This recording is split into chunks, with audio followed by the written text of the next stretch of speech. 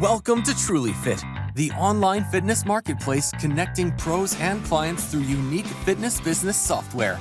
No, glad to do it, dude. I randomly came across your page, and I think we might have had the same guest on, maybe Allison. Yeah, Jackson.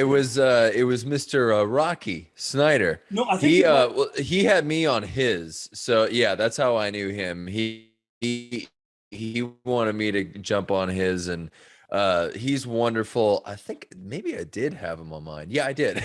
I think we swapped it out. I did his, he did mine. So yeah, that's awesome though. When you hit me up, I was like, "Fuck, this is an honor. This is really cool." I think too. Allison Jackson, was she on yours? Allison Jackson.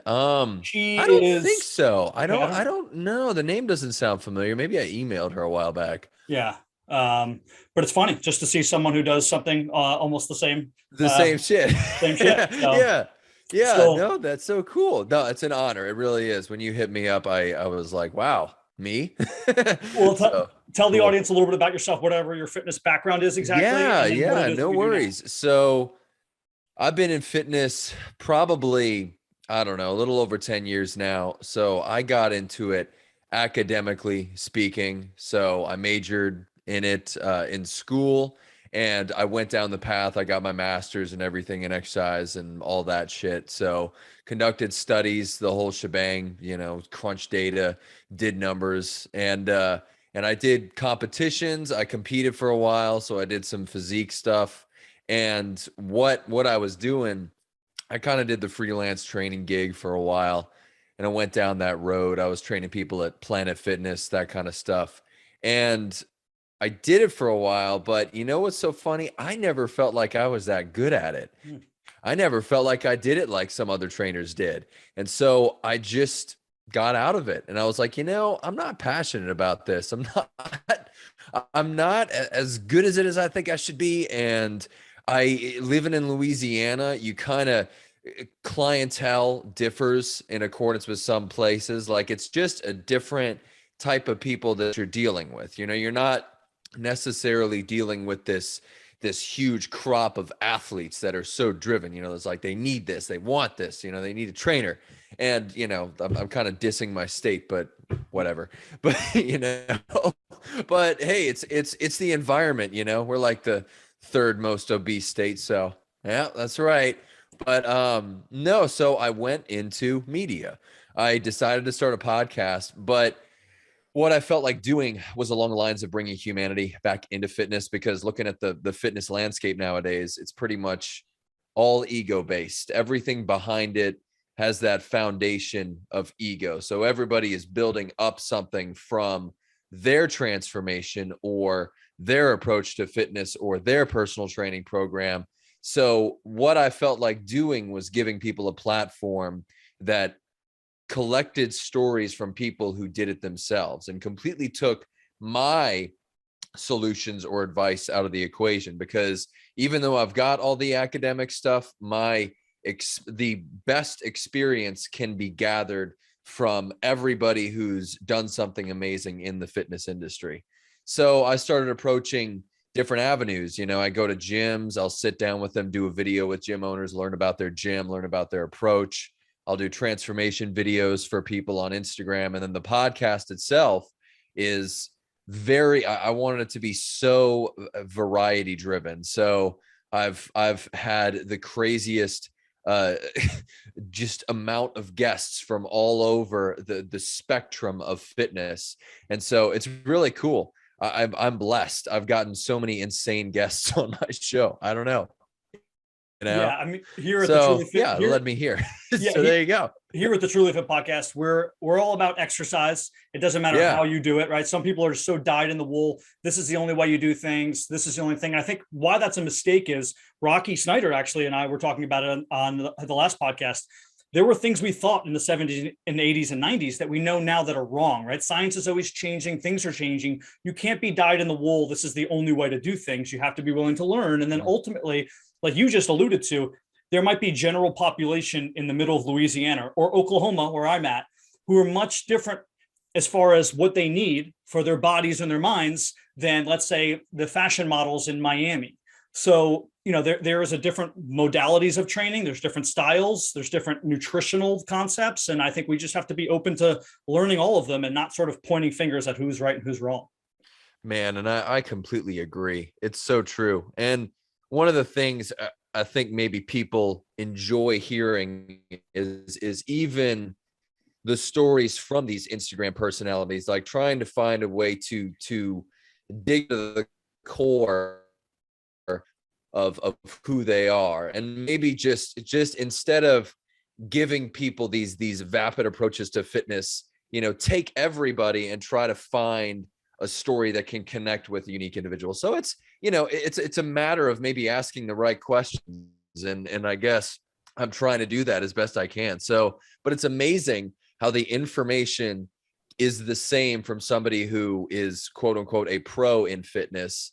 Their information is going to be the same as somebody who figured it out themselves. It's just worded differently. And that's what I'm finding out. It's like all these people have useful, tangible information. It's just worded differently, using different structures, to approach it. So yeah, it's incredible. Just coming across that. When you interview people, as you start to hear, like you just said, the same kind of storylines from people, right? So you hear people say, like, oh, I got lucky. I met the right person. I was there at the right time and they gave me a job and I got this. That's a big part of it. You hear other people say, true. I signed up for a bunch of free shit. Like I gave free assessments, or I shadowed, or I interned, or I did this, right? You'll hear people say how they screwed up. Like they made big mistakes, right? There's all that, like during the journey, they all are making sort of the same path. Like you said, they're telling it a little bit differently, but more or less it's the same story. Yeah. Yeah. And people figure it out themselves. I think, and it's bold to say, I think people don't necessarily need a trainer. Fitness coaches and trainers don't define fitness, is what I'm coming to find out. So we've got the pendulum swung so far to one side, where you have to be a coach or a trainer to some degree to even open the door to a fitness business or fitness popularity. And I just don't believe that's true. I think it's flawed logic. And I think, it's a huge undertaking, but trying to push that to the other side where fitness should not be looked at in that light is the root of it, is what I want to show people. Yeah. Dr. Mark, who I just had on, Mark Morris on my podcast, who's a nutrition expert. He was talking about the same thing in the nutrition world, is that people are sort of gatekeepers. And because of their 1 degree or whatever, they say, I'm the only one who can give information because of this 1 degree I have, even if they have no experience. Yes. The same thing in fitness happens, right? It's like, I have friends who have worked out their entire lives and who know a lot about fitness, but they're in other professions. And maybe they never decided to stop for a weekend and get some certification. That doesn't mean they know any less than anybody else. It doesn't mean they're not allowed to give information. I think we have to be, we have to judge people on their information, not just on their credentials. Wow. I love that you said it like that, the whole gatekeeper approach. I think I'm tired of that. It's true. It's this thought that certain people are the gatekeepers to fitness. And that's the whole idea of rehumanizing it again, not thinking that fitness is this pedestal that has to be climbed up to. Everybody's got their own approach to it. And you can't, the approach that somebody used to achieve their transformation is not going to be the same for you.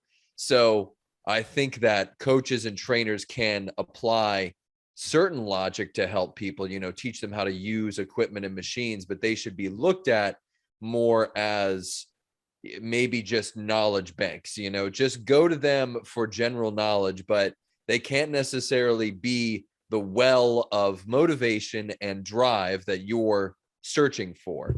They can't give it to you, no matter how much people think they can. This idea that it has to come from you is the root of it. Yet it's got to come from inside. So it can't be given to you by somebody else, no matter how much they try to give it to you. It can't. Totally. I don't believe it. Totally. And you know what, you have to ask why to anybody. I don't care what their credentials are, and then make your own assessment or judgment. Right? Sometimes someone responds to you like, oh, you have to do this. And then you say why. And if they don't have a good reason why, well, maybe they were just told that by someone else and they sound like an authority, or maybe they have the credentials, but if they don't know why am I doing this? So it doesn't matter. Like if a client responded to me, if I said, hey, we're going to move in all directions, that's my goal for you. I want to hinge, I want to lunge, I want to squat, I want to push, I want to pull, I want to rotate. And they said, why? And I couldn't explain it to them and say, well, the way your body's built, your shoulder sockets, ball and socket, we need to move in circles. We can't just move in sagittal plane. We have to keep your joints healthy. It's not just about building muscle. If I can't explain that to them, then they should tell me to screw off, because you should question people in the fitness industry. And I think some of it is just that people seem like they have the credentials and their authority and they say it, and then someone else just repeats it, but they don't actually know why they're even repeating it. Oh, and I love that. And you know what's funny?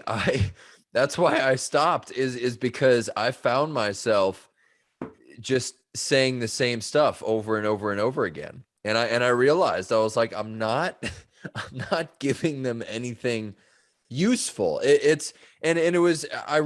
stopped because I felt like I needed to know more.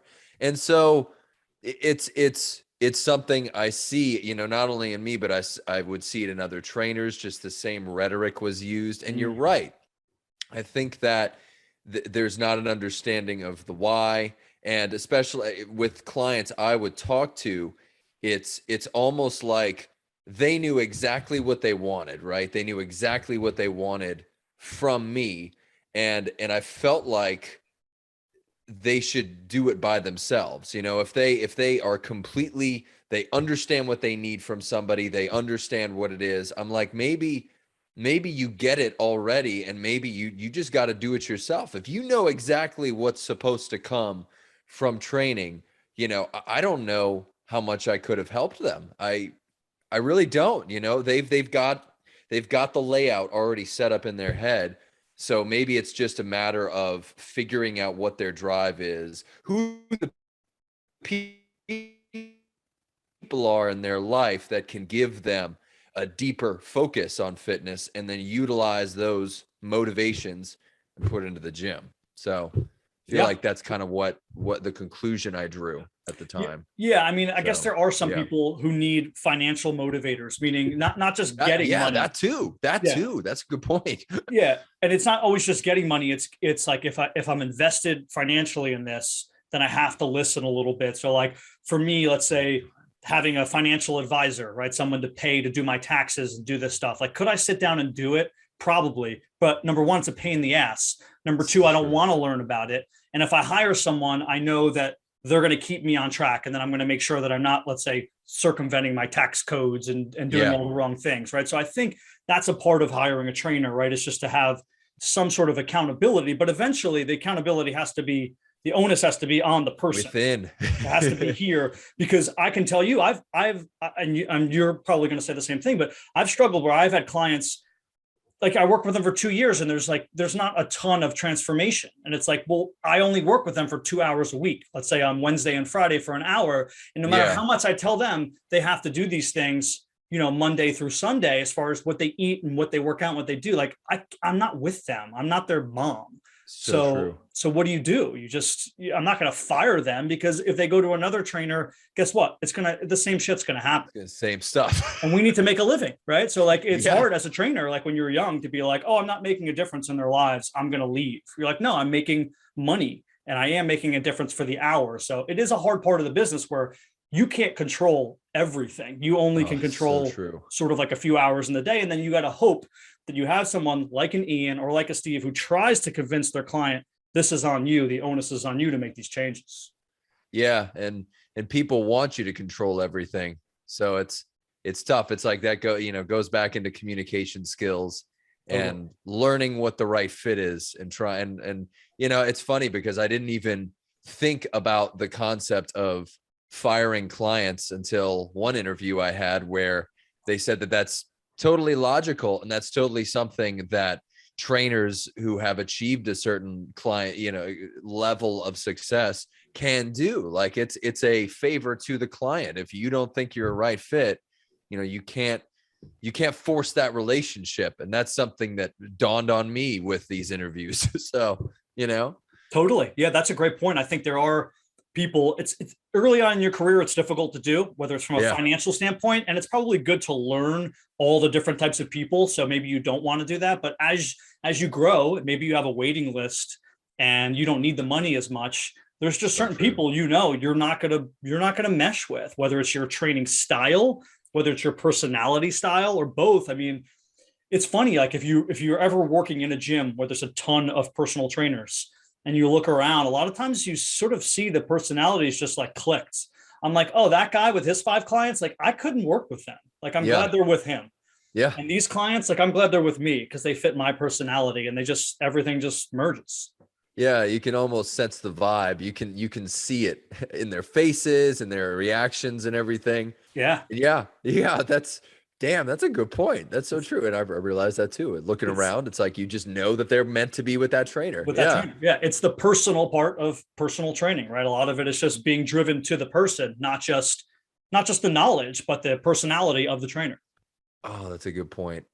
Yeah, and every trainer is different. I feel like people want certain kind of motivations from trainers, and that's another matchmaking thing to consider. But yeah, like I want you to yell at me. I want you to make me really do this, and I'm like, well, I don't. I'm quiet. I don't like doing that. So, Yeah, and then it's another conversation. But then there's the very handsy trainers, right? There's always a trainer who's like, I've seen that too. Yeah, they're like their clients doing pull-ups, and they're assisting them by putting their hands on their butt. That's a funny thing though, just as a side note, like I would see that, like a trainer who really like with unsolicited spots on the squat. And I'm like, don't do it. Like, do you know what you're doing? So you're going to get called out for that. God.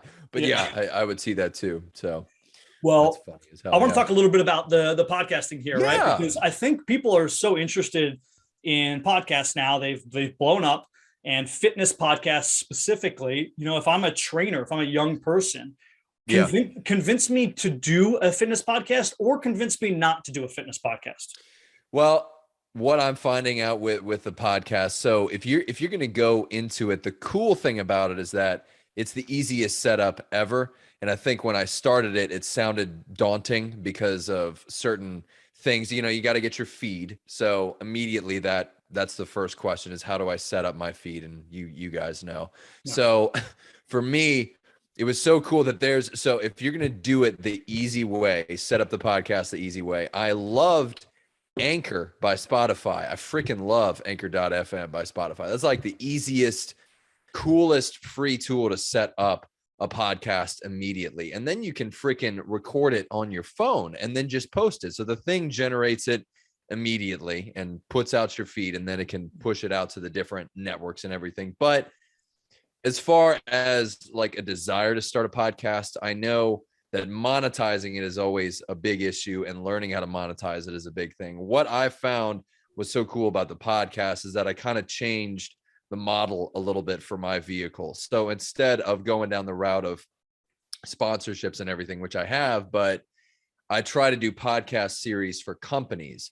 So I'll reach out, and what I do is I'll set up a series of podcasts that exist only within that company. So those companies give me people to interview, and it's essentially a different take on and I forget the word. I always forget the damn word. A different take on testimonies. So instead of reading a testimony on their website or something, they have a personal story associated with the product. Sure. So for me, it gave me an avenue to create a service that really hasn't been done too much before. It's not, no company I've ever approached has ever been approached about it before. They didn't hear about a podcast series. Like, that's a different thing, So I wanted to do something different. But you can take all these stories that you're collecting from people and you can create a service with it. That's what brought me to building a podcast. And then setting it up is as easy as getting your phone or, getting your microphone or whatever. But that's what it was amazing. And then what's cool though, that I loved when I started it, is that you go on Instagram people with thousands upon thousands of followers, you could just email them. You shoot them an email and they'd be happy to jump on your podcast. That's what blew my mind. It's like, holy shit, you know? Like I had a Beachbody celebrity trainer on one time, and this is early. He just like, hell yeah, man. I was like, what? Okay.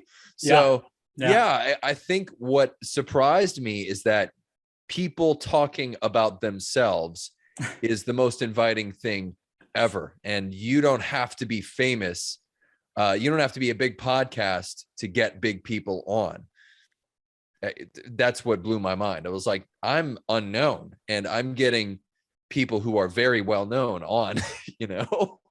Totally true. There's a lot to unpack there that you said, all great information. But yeah, I'll start with the last thing and work backwards. Go for it. You can totally get people who you would never think are within your reach. Now that doesn't, but it's a good and a bad thing. So it's a great thing because you have this conversation with somebody and you're really happy about it, and maybe they give great information, but that doesn't lead to like your instant success. So I think that's another thing that people think is like, oh, yeah, I'm going to like interview someone who has 45,000 followers and that maybe they're a TV celebrity and they have a deal with Reebok. That doesn't mean the next day that they're going to be sharing it with all of their people and that you're going to be famous. That just means that they're willing to come on your podcast and promote themselves and hope that you promote them and hope that you get big one day so that they get even bigger. So they're not always looking out for the best interest in you. And I think that's important for potential people coming into this industry to understand. And that's a great caveat, because it doesn't, you know, I've had these big people on and it doesn't do much. You know, it really doesn't. You know, that's the cold, hard truth about it, is that it really doesn't. I think what's cool is you can, or the thing that you need to do, and what I'm realizing is that you're right. When you reach out to these people and you maybe get them on the show, they're not necessarily hitting your target market. So maybe they're not hitting the listener base that you're trying to appeal to. So, you know, if they post it and they share it, it's kind of just, it's like a weed sprayer. It's just going out to random people who probably don't care as much about that person as they may have when they first followed them. And so it's funny. I'm seeing it's good as like just a super spreader, you know, spreading your message out there to a random amount of people. But these people have maybe plateaued in their following. And so I've interviewed people who kind of, you know, maybe they had their rise, their spike, and then they just leveled off. And so nobody really, you know, they still get likes and stuff, but it's so transient. It's kind of just one and done and they move on. That's very interesting. Yeah. Maybe they had one sort of big hit, or they were on some viral video doing like one-on push-ups. But like people don't.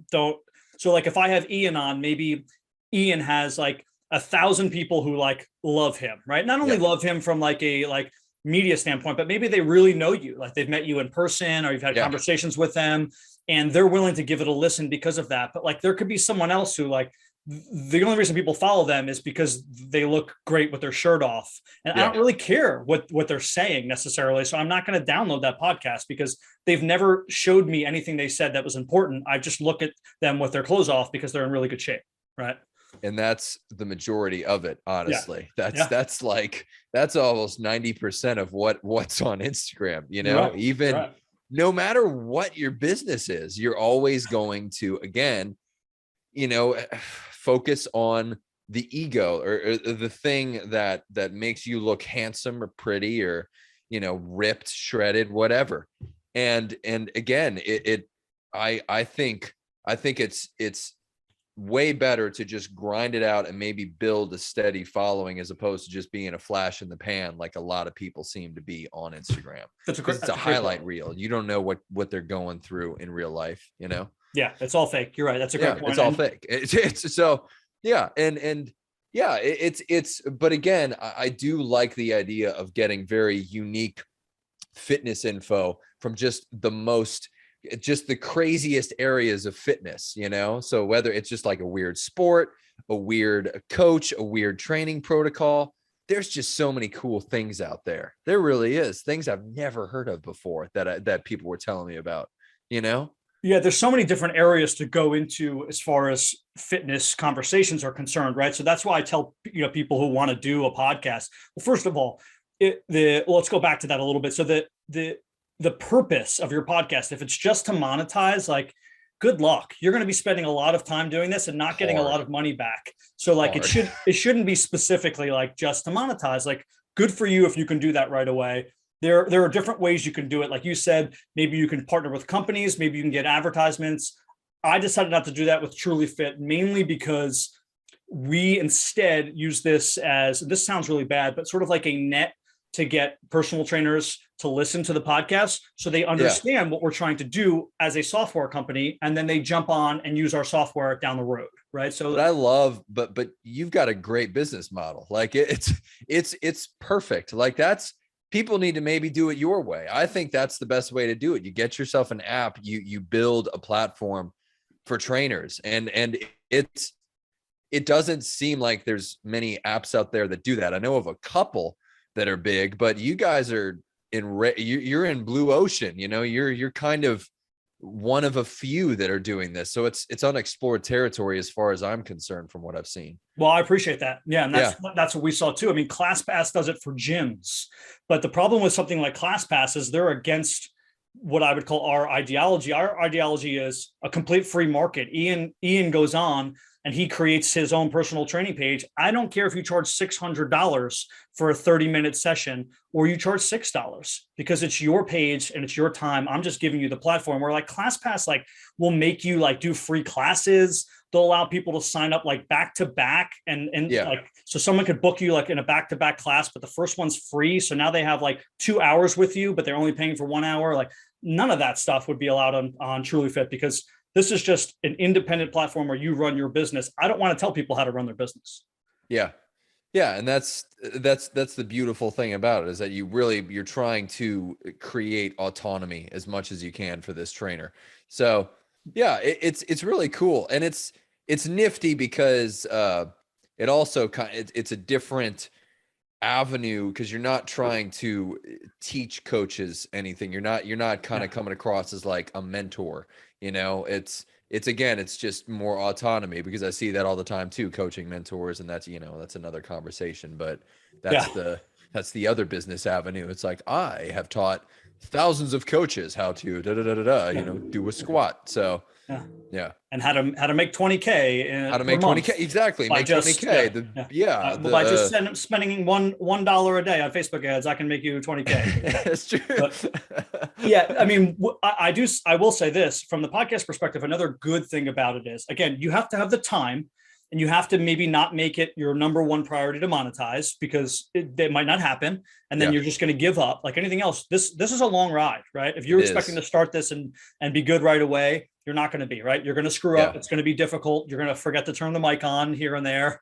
Things are going to go wrong, but you have to be in it for the long run. But where I find it great, Ian, is that, I get to reach out to people and speak with people who I never thought I would get to speak with on great conversations. I've had these like great doctors on my podcast. Awesome. They send me their book. I get to read their book, and then I get to question them about very intricate topics that I'm interested in, because I have clients who have these issues, right? Type 2 diabetes or rheumatoid arthritis or things like this, right? So I get to learn about it and then ask the questions from the perspective of, okay, so if I'm worried about this, there must be hundreds of other trainers who also have clients with gout and diabetes, and they want to know how to deal with it. So it's serving a purpose of education, but it's not like, I don't feel like you said like this weird mentor who's like trying to pitch anything to you. I'm just asking questions that I'm interested in. If you get information out of it too, then great.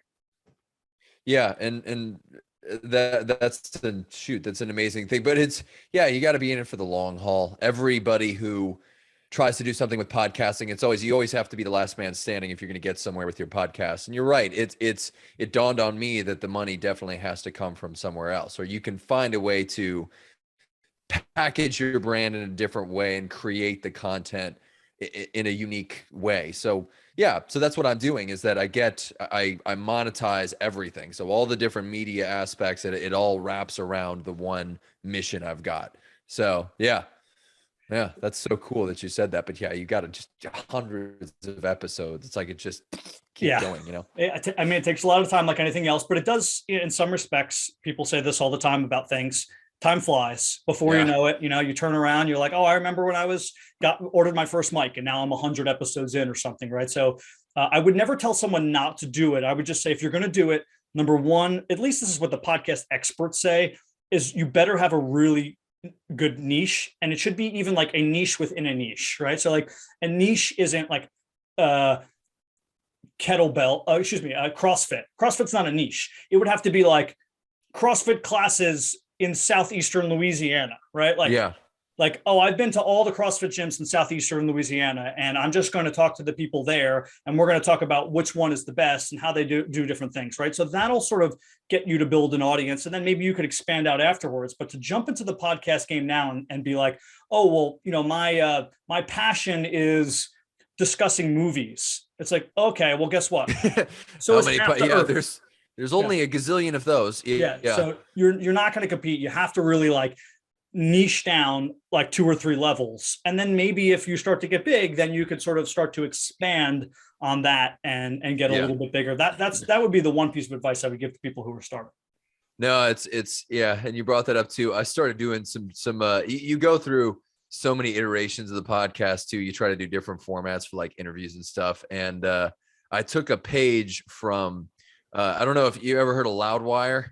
I have not. No. Okay, so Loudwire is like it's another interview thing on YouTube, and they interview rockers, right? They interview just famous rockers, and the dude sits down with them and he does Wikipedia fact or fiction, and it's like the coolest just interview format ever, because he just pulls up their Wikipedia page and he asks them, like, is this true? Is this not? Elaborate. And so I started doing a little bit of that, and it's fun actually to like do the Wikipedia shit, because there's a lot of stuff that's wrong on there, you know? So if you get somebody on there, but to your point, you're constantly changing stuff. It's like, it's just never consistently one thing as you go through it. It's always different. Yeah. I mean, such as business, right? That's just life. Yeah. We learn, we grow, just like we did as personal trainers, right? I'm sure whatever your initial like consultation was. I was like, nah, screw this. Like, I'm sure my initial consultation as a personal trainer, when I sat down with someone, like the questions I asked them the first day I was a personal trainer, as opposed to 10 years in, were way different, because I just learned more. I learned how to ask better questions. I learned how to get to the answers quicker, if that makes sense, right? The consultations are essentially an interview, and that's what's going on in the podcast now. My I guess you would say format is copied off a guy named Russ Roberts, who runs a podcast called Ecom Talk. Okay. And basically, you know, it's more interview format, right? 8 to 10 to 12 questions. There's always a pushback or two where he's asking a question that he doesn't necessarily believe, but he just wants to push against your beliefs to see how you'll answer. And then sometimes at the end, he does like a rapid fire, which I do sometimes. And I'll say, like, quickly, give me 30 seconds. I'll say this one word. What do you think? That's cool. I like that a lot. That's really interesting. It's almost like you're keeping the person on their toes a little bit. Keeping the person on their toes a little bit. But I also don't. The reason I do that is because, like we just talked about, people are so dyed in the wool with some fitness and nutrition concepts that I might have someone, Ian, come on. And I'm sure this is the same thing that's happened to you. I've had someone come on, and then like the next podcast, someone who come on like disagrees with everything that person said. yet I'm interviewing. But yet I'm interviewing them, and I'm trying to keep like a conversation. So like if I'm agreeing with both people, then I'm a fraud, right? So I have to make sure that maybe I'm staying out of the conversation if I don't agree with it, or that I at least push back and put them on their heels and make them answer the tough questions, so that my audience knows I'm not just like catering to this person. I'm here to give you good information. Yeah, you're there to support the new logic. You're there to support the new thoughts and fitness and everything, you know, since it's always changing, you're trying your best to be one step ahead of it as best you can. But man, it's funny, after a while though, like the information totally sounds the same from coach to coach to coach to coach. It's like, it's just, it all blends together. And after a while, I'm running out of questions to ask. I'm like, so tell me what you think about restrictive dieting, and you know. So I go down that path all the time. I'm like, come on, Ian, you can do it. You can come up with a different question. Think about something. Go, you know? So what I'm with you. And that happened to me kind of early on. And then what I decided to do instead was, for like season 2, is I wrote down each month. I've sort of stuck with it so far, not totally, but I wrote down a month, and that month had a particular theme. That's so that I can go out and look for those people and answer those questions. And then I don't have to talk about that subject anymore. Right. So like, that's dope. So like in April, it's all interviews of people who have worked at like boot campy type places. And then they tell us how it is to work at F45, Barry's Boot Camp, Solid Core, these sorts of places, right? And in May, it's like psychologists who work with people with mental health issues. So how to work with an adult who has adult onset ADHD, how to work with adults who have issues with depression and anxiety, things like that. So that I could sort of like get that shit out of the way and then move on to another subject so that I don't have, like you said, that problem with like, oh, like I have to keep answering the same questions, talking to the same type of person who just does it like a little bit different. You get another coach there, and you're like, it's so you're always there's just this line of the same stuff and nobody's that's a good idea though. I love that. So you're segmenting everything. You're kind of putting them in different boxes for different times. Trying, cool. But it's hard. As you know, it's like someone may reach out to you and you're like, oh shit, like this is a great interview. Like this is a good person to talk to. Like I want to talk to them. I don't care if it doesn't fit directly into my box. Like I'll fit it into the box. Right. So like if somebody is like relatively, let's say famous, or, they're just a good speaker and they have good things to say, you're like, well, this isn't like exactly what I was like wanting to do, but like, I'll figure it out. Yeah. So. Yeah, it's true. And then for anybody trying to start a podcast, you go down the road of learning how to interview people, which I kind of just had to learn on the fly. But it is funny how you're just, your brain is just constantly moving. So you just got to kind of let the words just kind of come out. So I've ended up asking like the most random ass questions sometimes. Be like, oh, how's that show on Netflix going? Tell me about that. That's cool. Vikings? No way. So yeah, but it's okay. It makes for cool content. I'm not complaining. It's pretty damn cool. I want to ask you, Ian, a little bit about, I'll go first, then you can tell me your stuff. Cause you already mentioned Anchor. I actually never used Anchor. I've heard great things about it. I've used Buzzsprout. We have our own like person who handles, like we have our own RSS feed connected to our blog and our website that like I have a computer engineer who handles that, like that sort of end. But as far as we talked about, the mic setup is so easy. Like all you need is like any sort of mic from $110 to $400. You buy it online, you're good to go. You have a laptop. You can do different things with cameraing. I don't know if you edit your own videos. I use Camtasia. Oh, no way. I use Camtasia. Okay. So tell me about all the stuff you use and how you like Camtasia. Yeah. I'll go through the tech and everything. So this is, and I'll tag people whenever I share the post and everything in the podcast, but I got this thing. This thing is amazing. It's like the Rode Mic. It's so cool. I love it. So I just got that, but I've got a mixer. I use a mixer and it's, I think it's like a Pro FX or something. It's good. So I go mixer, mic, and I do the whole big setup because I don't know. I just wanted to look cool. So I was like, I just need something that looks dope. And you've got the same thing. You've got an awesome setup too. But no, so I use Camtasia for the audio stuff. So any kind of audio stuff, just because, it's so easy. Camtasia is awesome. Like just the easiest layout it's fantastic. And then it's easy to export. It's easy to turn. And I actually use just this little dinky online converting tool. It's called like convertio.org. And it's just this free, easy to convert thing, turns all my shit into MP3s. And then I can post it on Captivate. So I use Captivate's my platform for like the podcast and that, all my analytics and all my shit goes there. But Anchor is cool because it really, it's the most, like it doesn't look cheap. It's very streamlined. It's free. And it's basically the same thing as Captivate. It gives you all the same shit. Captivate's a little more extensive. It's got all kinds of other plugins to whatnot, but Anchor distributes your podcast everywhere, just like what you'd get with Captivate or something you got to pay for. And so that's why I liked it, is because it's the idea of pushing it out to different platforms. Like that's the thing that you got to look for. You want something that does that for you, Yeah. So, but yeah. And I did, so that's my setup. I got this right now and I have another mic. So my nice, fancy, expensive mic that I'm not using right now. So it's a weird flex, but that's, that's my other microphone. So But yeah, I've got that too, in case I need to go to somebody's place and do an interview with them.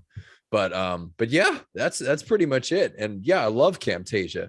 Nobody really knows about it though. It's kind of software that people don't really know about whenever I talk to other podcasters. Yeah. So, whenever I talk to other podcasters, they never mention Camtasia. So I'm very surprised you used it. I love it. It is my thing. Yeah. I got it recommended by a buddy of mine, who also has a podcast, but he didn't get it for podcast. He was building a course, like a video course. Nice. And he got it for that. And he told me about it. And then I bought it and thought it's just so easy to use. Oh, it is. And I don't have any skill set in that realm. And it just so quickly, like I've learned how to use it so quickly. Now I can't compare it to other programs, but I do know that a lot of so I had somebody on my podcast 2 months ago. I won't say who it is just in case they don't want me to, but that's okay. They pay $75 per podcast for someone to create their podcast. I'm like, I can sit down and create both my audio and video once it's done in like 20 minutes. So you're essentially paying me like 3 times, like what? Like why? Wow. Like why are you paying someone $75 an hour to do that? Now I didn't call him out on that. I didn't tell him about that because I didn't know how busy he was, and $75 could be nothing to him, right?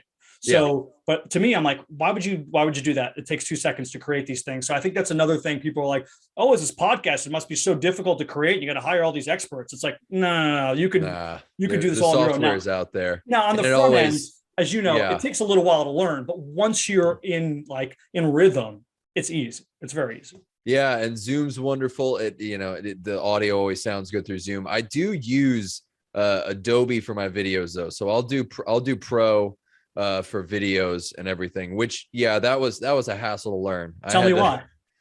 So Premiere Pro, the reason why they give you the graphics are better than Camtasia. I will say that. I think Camtasia, I only use Camtasia for the audio because it's so much easier to do audio. Premiere Pro just has all these cool plugins. So the graphics look better. It can handle video better. It is a little bit of a pain in the ass sometimes just because it's a big program. So every now and again, it kind of lags on me, but no, it just gives you options. So you could sit there and make it professional. The cool thing about it is that like Premiere Rush is the plugin, the thing for people who kind of want it to be like Camtasia. So if they want simplicity like Camtasia, Rush is unbelievable. And it goes to your phone. So you can sit there and edit a video on your phone if you need to. So yeah. So I think Adobe's just got cool shit. And then you could pay like the whole student monthly fee, like $20, and you could get all of their apps for $20 a month. And I'm like, Yeah. So yeah. So I just think, but it's a hassle though. If you want to sit down and learn Adobe, you're going to be there for a while. It took me forever to just figure out Pro because it pulls it up and it's like all these different windows and you're like, so I want to ask you about some pain points. I'm going to go through one first that I had. This was just random. I don't think most podcasters are going to have this, but I had set up an RSS feed to Spotify initially, almost like, I don't want to say forgot about it, but then just forgot that I already had one. So then I had a second RSS feed. So there was 2 TrulyFit podcasts that you could access. So 2 RSS feeds for the same show. For the same show only, but it was only on the second one was only on Spotify. But what had happened is eventually I had to get rid of that, right?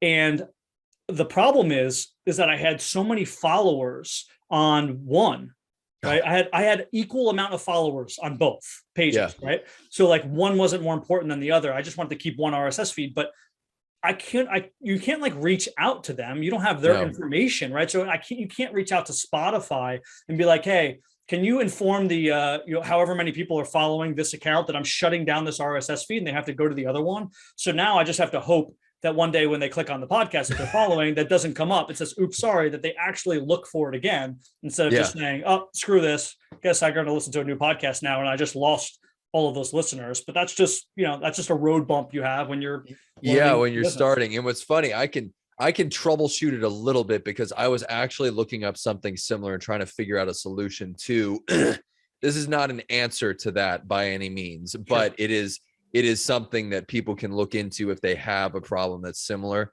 Is maybe you know about it. I was looking at how to redirect RSS feeds. So how to change platforms, how to go from maybe like Captivate to Anchor or back and forth. And you can, depending on what platform you have the option to cancel the feeds. So you can just completely get rid of the feeds, or you can generate, I think it's called a 301 redirect. Yes.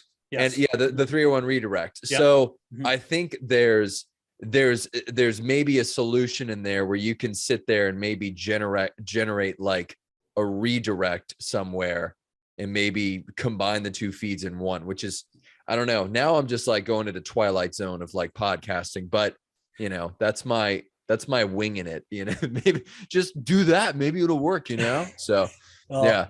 I have, thankfully I have a partner in the TrulyFit business who's a computer engineer. So, whenever shit goes awry, I send it to him and you it's say, fixed. hey, take care of this. Or hopefully it never goes awry in the first place because he has already thought of all of those things, except when I go rogue on my own, like I did with the Spotify thing, and just decide to hook up an RSS feed before I'm told.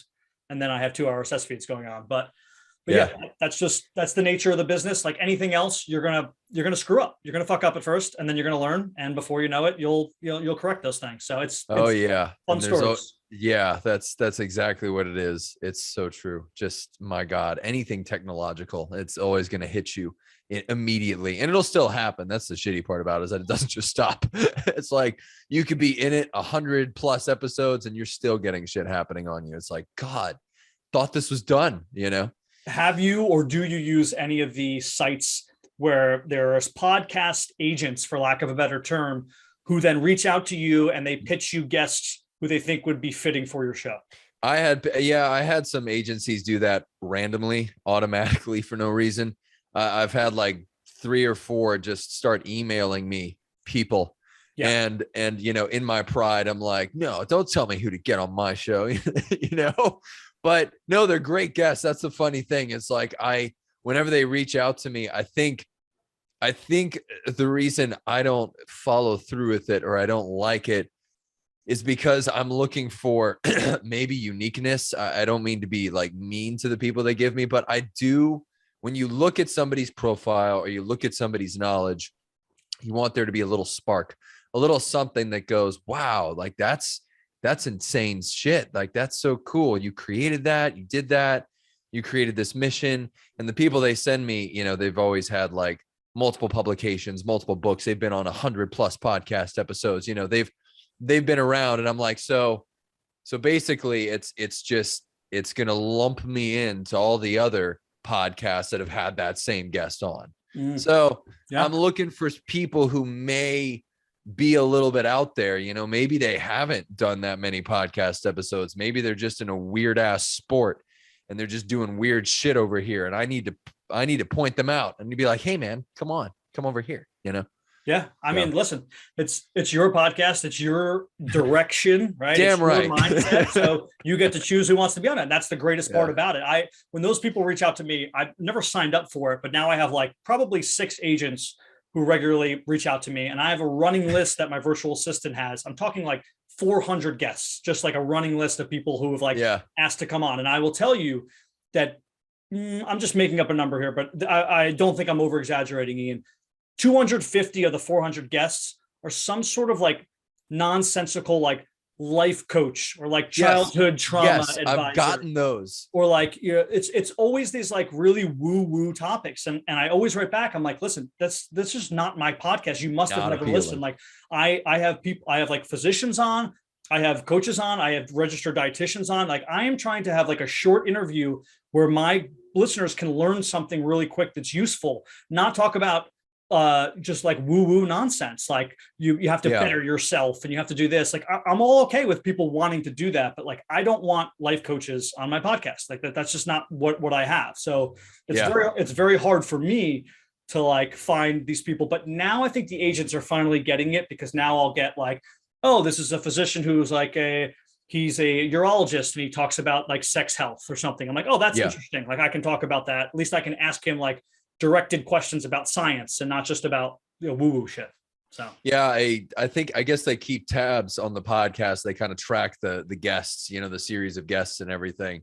But yeah, it was, I get all these unsolicited emails of like, hey, we got a guest for you. It's like, I didn't sign up for this. Like, yeah. where are you coming from? And but it's okay. I'm not mad at it. It's cool. Part of you, if you're starting a podcast and everything, I think even beyond getting monetized, just getting to a point where you get emails for people like trying to set you up with guests is like, people are seeing your shit. Like, and it was so cool when you asked me to be on, it was like, people are seeing my shit. He ran across my thing, and it's so cool to just know that if you only get seen by a couple people who really take an interest in what you do or want you to be a part of what they're doing, that's all that matters. Because then you've got something. You can push it forward and you just have to keep going. Like, those are the little validation points in your process of building something. So I think monetization takes a backseat to that, honestly. Totally. I'm with you. And you know what? I always try to bring this back home and sort of like compare it to things in the fitness industry. It's like you don't step on the scale every day, Ian, right? And go, oh, I'm not 3 pounds lighter than I was the day before. If you do, if you are someone who does that, guess what? You're going to have like mental health issues, right? You're going to be screwed. It's going to suck. Your physical goals, right? Whether that's weight loss or muscle building or whatever else, you can't look in the mirror or look on the scale every day. You have to look at it like from a monthly basis, or even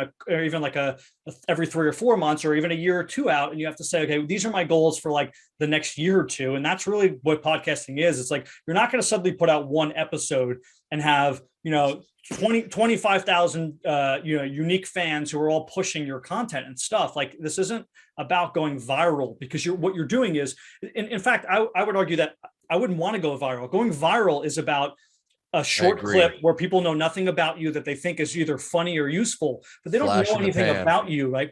This is what we call like long, slow content. I want people to get to know me, get to know my services, get to know my guests, and trust me that I'm going to provide them value from now until I stop the podcast. Not that we're a flash in the pan, as Ian said. Yeah. Yeah. And you just don't want it. But that's the cool thing about the podcasting game, is that it is long, and all you really have to do is be consistent with the episodes and just go down that road indefinitely. Because that's, you look at Rogan, he's the biggest podcast out there ever, and he just kept going. He's put out thousands of episodes, Yeah. You just keep going. And eventually you get to a point where you've carved out some kind of weird reputation. And to your point though, I think it's actually better if you're not like going up quickly. In fact, if people are unfollowing you and maybe they don't like what they see, or you're getting some pushback on the content, you're probably doing the right thing, because you're striking a chord, you're hitting a nerve. If you could be a disruptor to some degree, then and make people not like you a little bit, you're on the right track. That's a great point. I never thought of that, but sometimes it's not good to chase what you believe your audience is. Yeah. You put out the content and let your audience chase what they want, right? So yeah, you weed them out a little bit. Will find you. I think that's a good way to go about it. Yeah. Yeah. And I mean, they always say the bad press is good press. So, if you develop some haters and you get some people hating your shit or being jealous about what you're doing, it's good stuff. It's good. You know what? I'll also add this in, and I don't know if you can, give an example from something that you did beforehand, but I talk about in my book, Fitness Business 101, I'll shamelessly plug it here, is that you can use like your former careers and your former skill sets to merge with whatever you do now. You just have to think about how you can do it, right? So like I was in public relations, and that's basically like creating and maintaining relations between an organization and its constituents, right? That's what you want to do. Really what that is just like telling the truth, being honest, and always doing the right thing, right? And having like good strategic two-way communication. And like, I can use those skill sets. And especially I learned how to talk to journalists, because that's what I did, media relations, right? So I know how to reach out to journalists. I know how to use things like Harrow leads to promote my stuff. I know how to use things like what used to be called Cision, where I can go on and I can find journalists and I can reach out to them and be like, hey, if you're looking for an article, you can write an article about this. I'll give you all the information, things like that. You can use your skill set. Now, that was a unique skill set that really merged with this sort of media concept. But there are, it doesn't matter like whatever you've done, like maybe you have a little bit of background in using computers. Well, guess what? Now you can design a podcast better on Adobe. So you're like one step up. So I think for people who go, oh, I'm starting fresh. Like none of us are starting fresh. You can pull on skills from other areas to help you in this venture. It's so true. And I mean, it helped me. Like I had spent so many years learning how to crunch numbers and do studies and everything. So like the whole academic side of things, it made it easier to sort of, work with programs to make my content a little more crispy, a little sound better. And so, analytics. I imagine you're good at reading the analytics. Yeah, exactly. So it learning all that shit, I'm able to work with it. You had to do all that for so many years. And so, but yeah, which is boring as hell, by the way. You crunching numbers and everything for like a study, it's like the worst shit ever. And all the professors like it. They're like, you got to do this. You're going to be, you're going to go somewhere with it. I'm like, fuck no, So yeah, but no, to your point, you're so true. You could draw from past experiences, past skills that you've worked on. So we talked a little bit about the mic situation. Very easy for people who are wondering. You can order a mic anywhere. Ian, we'll put your mic down below, the one that you plug specifically, because I'm not in love with my mic. It's just a mic. So if you do you have a Shure mic? I do. Okay. Shure mic. Yeah. Okay. And then, we talked about Camtasia, so we can, plug that below. I can send links to people below on the podcast. We talked about as far as the Adobe for video. Adobe, and then so Adobe Premiere, and then Captivate is a great is my platform.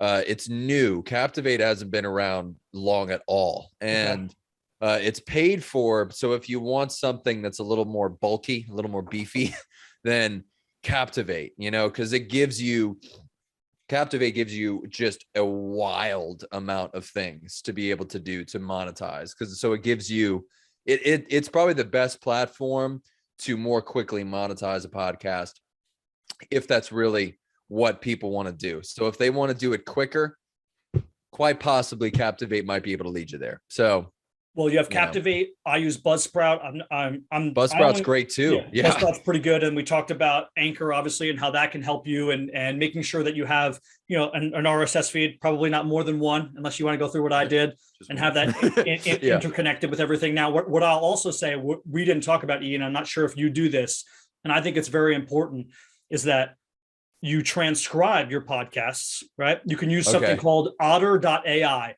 It will transcribe your podcast. Now, it's not perfect. I'd say it's about 95% perfect, but guess what? That 5% still needs somebody to go over it, right? And then make sure that edit it out. I might say ultimate, and it reads it as like ultra or something, right? So you have to fix the small words. And then once you have that transcribed, you can then put it on a blog.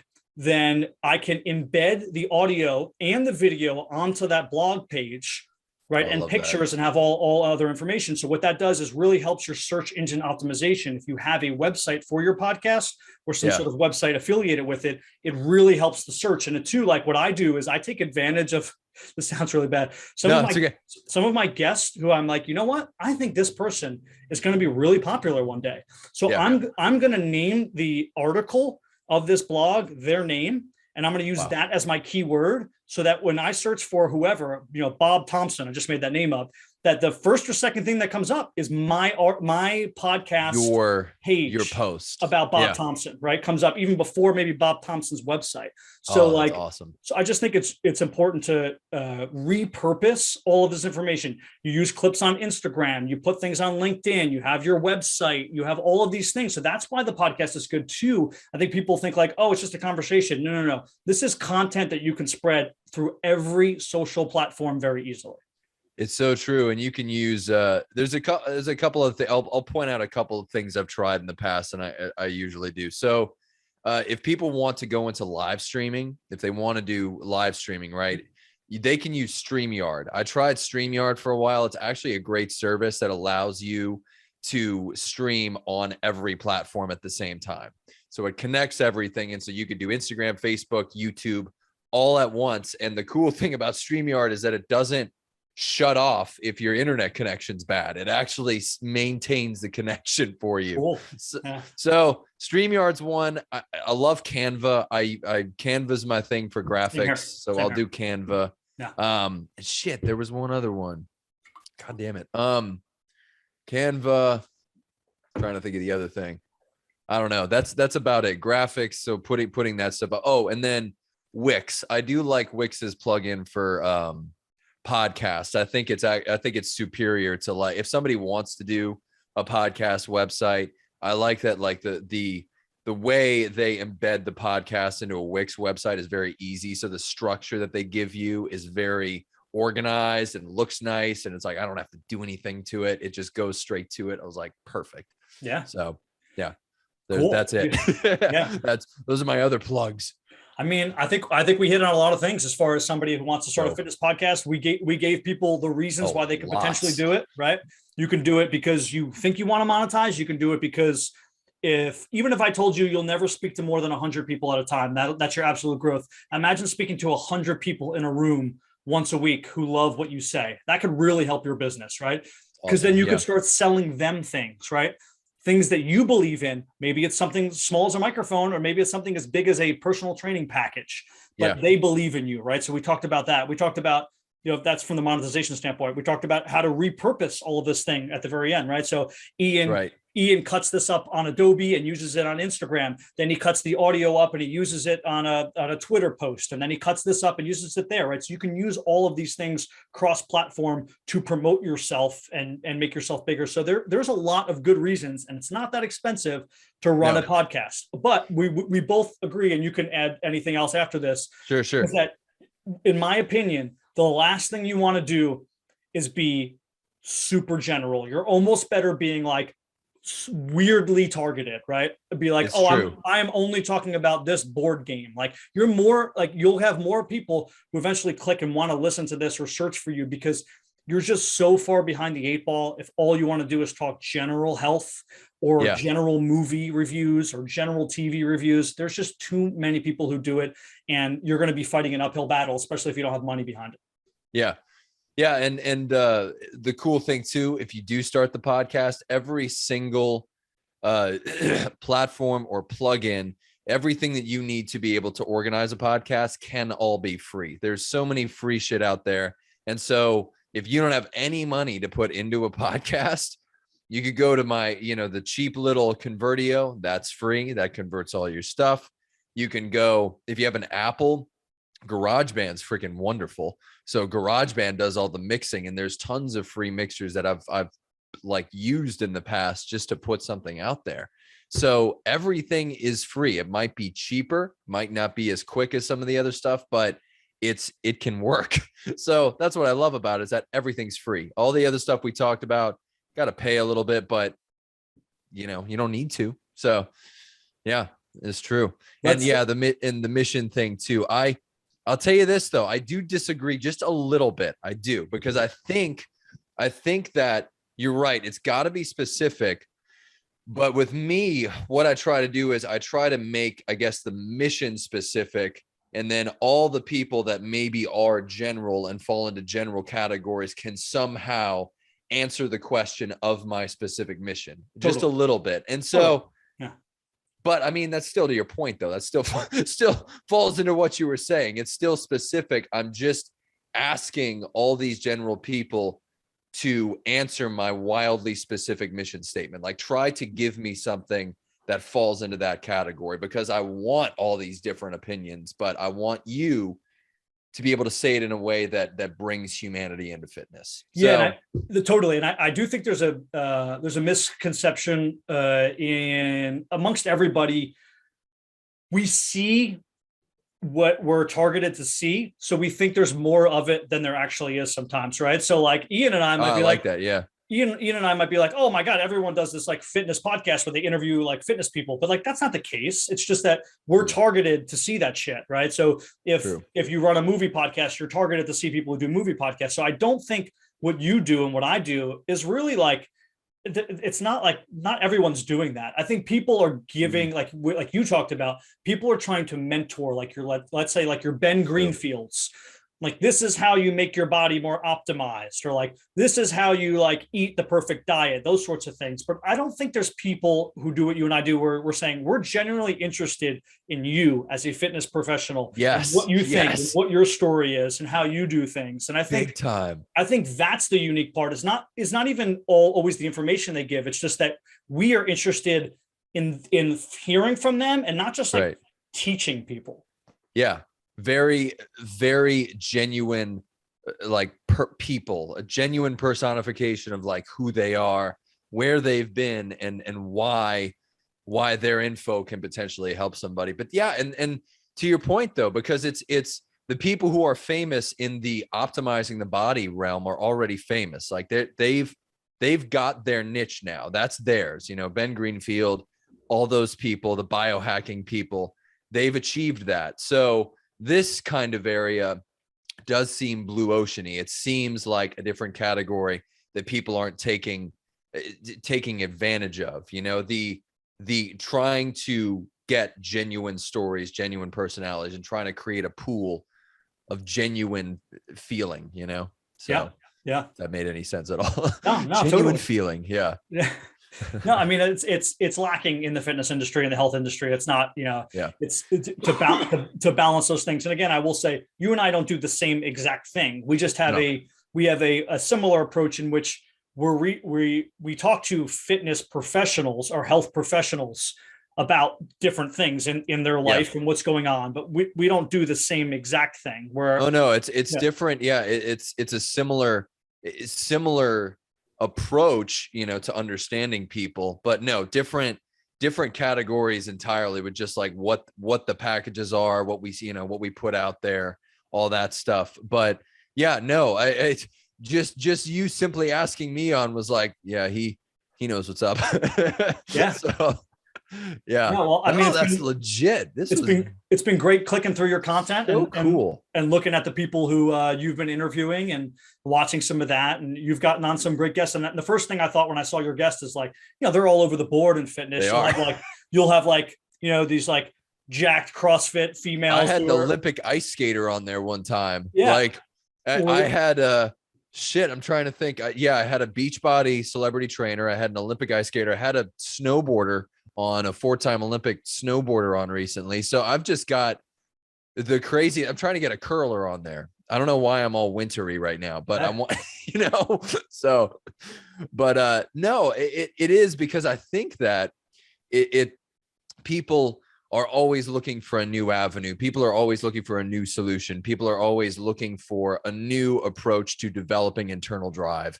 And these guys have answers, that can be synthesized and packaged in really cool ways, Totally. Yeah. I mean, interviewing anyone who's successful at anything, you're going to find out more information. And I will also say what we didn't hit on too here lastly is like the networking component. So, you're going to meet thousands of people during this journey, and it only takes maybe one of those people to be like the golden ticket for you. Not that you should be doing it for that reason, but for all right?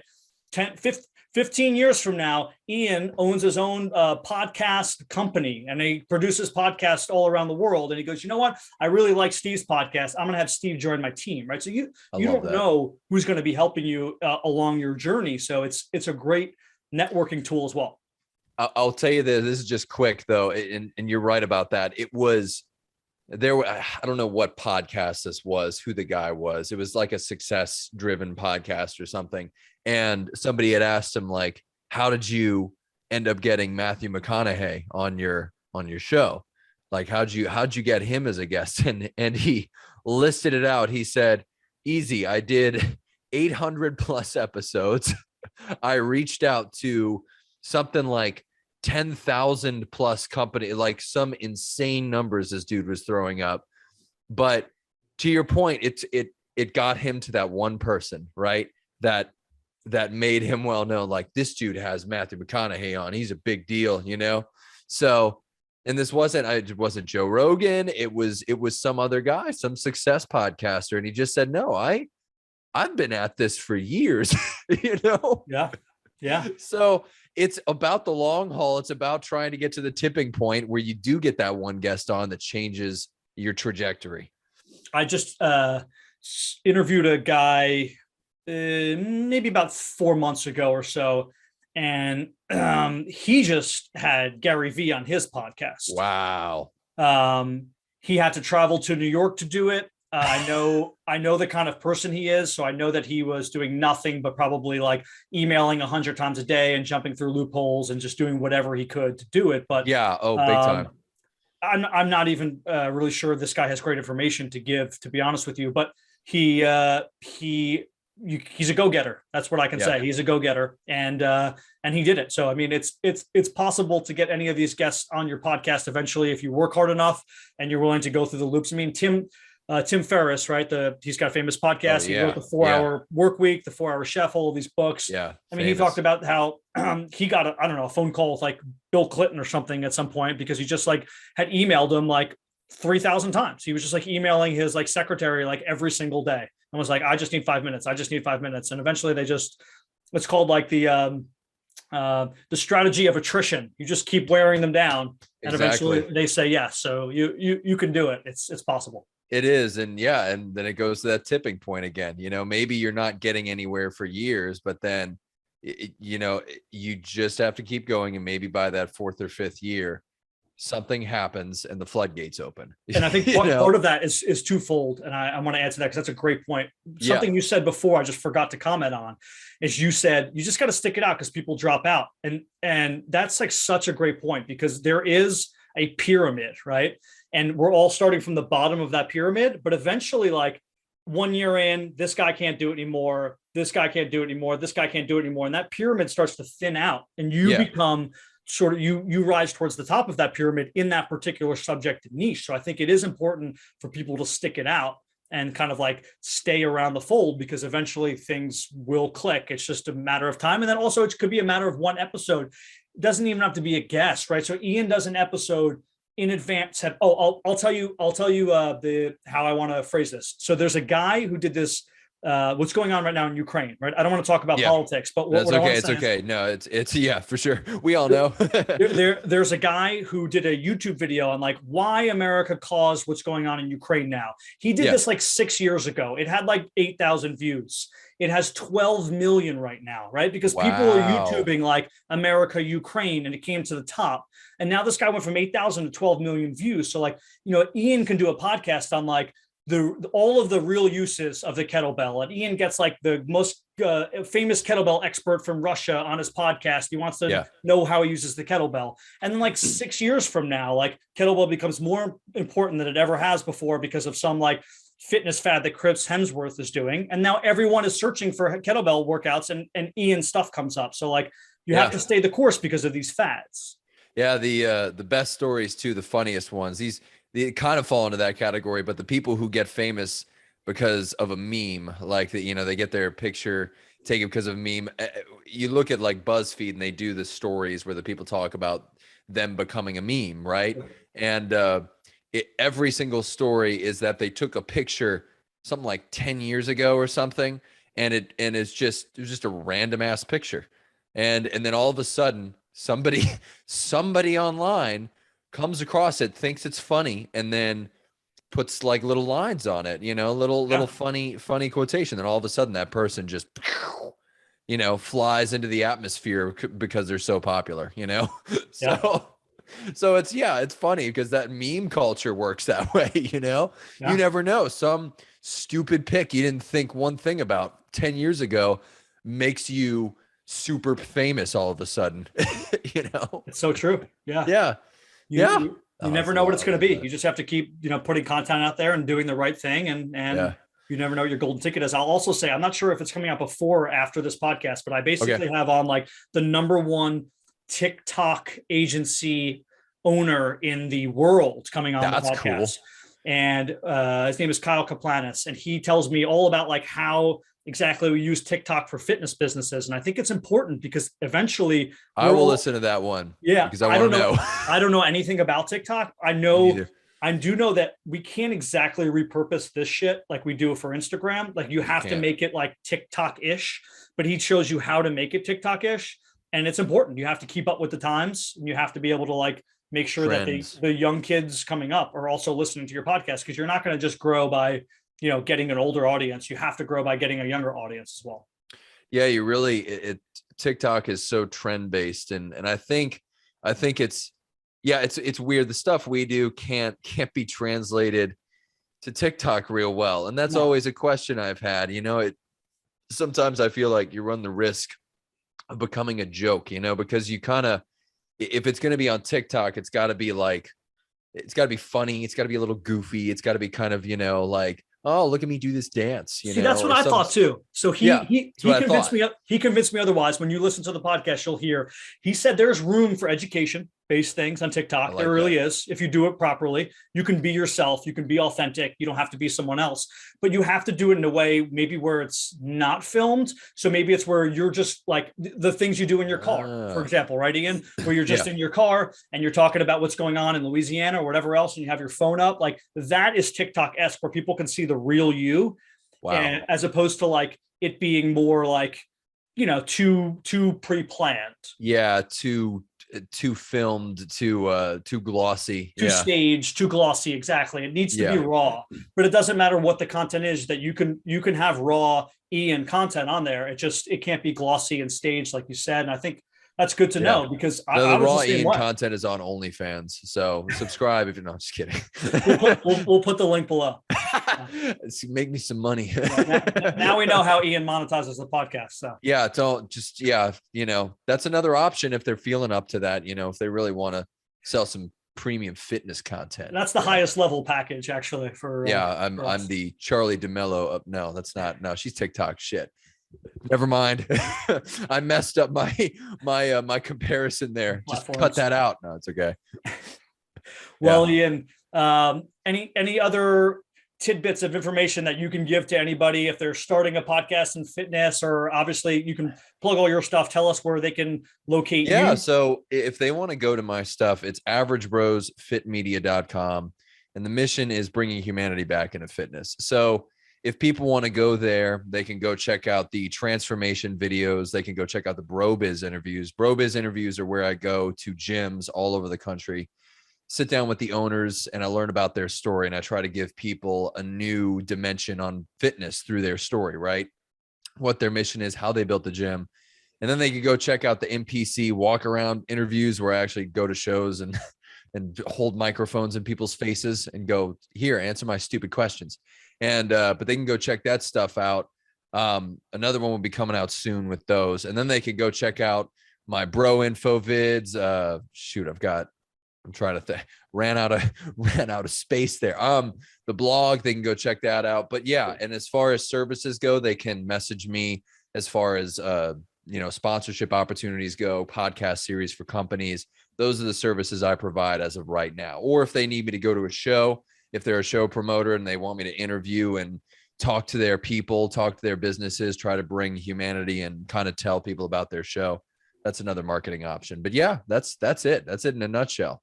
And they can listen to the podcast itself on any podcast platform out right now. So it's everywhere. And then your Instagram handle? Instagram handle, Average Bros Fit Media. And I think, hold on. Let me, before I tell you, let me make sure I'm telling you the right thing, because I think I switched it recently for no reason. It's Average Bros Fitness Media. Sorry. Super Average long. Bros Fitness Media. Yeah. Yeah. And Average and the BROS Fitness Media. Yeah. And if people reach out to you on there, you're the one who answers directly. Just me. Good enough. My guest today has been Ian McKenzie. Ian, thank you so much for joining the TrulyFit Podcast. Sweet. Thank you so much, man. This is an honor. Truly.